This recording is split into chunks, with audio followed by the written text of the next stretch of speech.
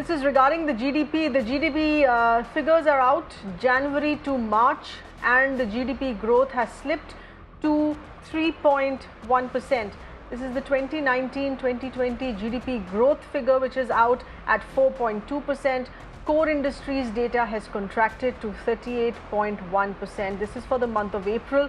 More figures here that have been announced. We have with us our assistant news editor Avni Raja getting us those details here. Avni, please take us through those latest numbers here and to what extent that these have been, these slips in the figures that have been along expected lines. Well, that's right, Sahel. Let me just break this up into two parts. So first, talking about the GDP data that has just come out now. This is for the Jan to March quarter, which is coming at 3.1%, which is it has slipped to 3.1% rather. And of course, this is before the entire impact of the lockdown. But why this is important is because the lockdown started in the end of March. Before that as well, we saw business slowing down, people's movement slowing down, and all of that sort of started having an implication on the economy. So this GDP data sort of gives us an inkling as to, how bad can it get, because we're already, before the lockdown actually starts having its effect, we're already at a 3.1% for that particular quarter. So obviously it's going to get much worse, and we're definitely likely to go into the negative territory as expected by the RBI and the government as well.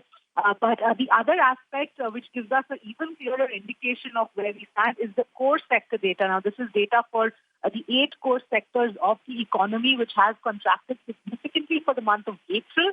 And April, of course, is when the lockdown was in full force and a complete shutdown of the economy. So this was a contraction of 38.1%. This is the core industries data for the month of April.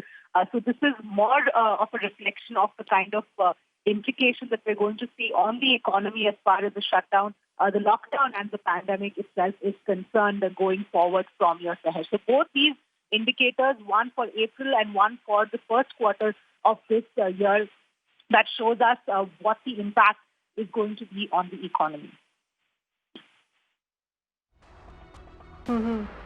Avni, thank you for getting us those inputs, detailed figures of the GDP and performance of sectors there that has come in.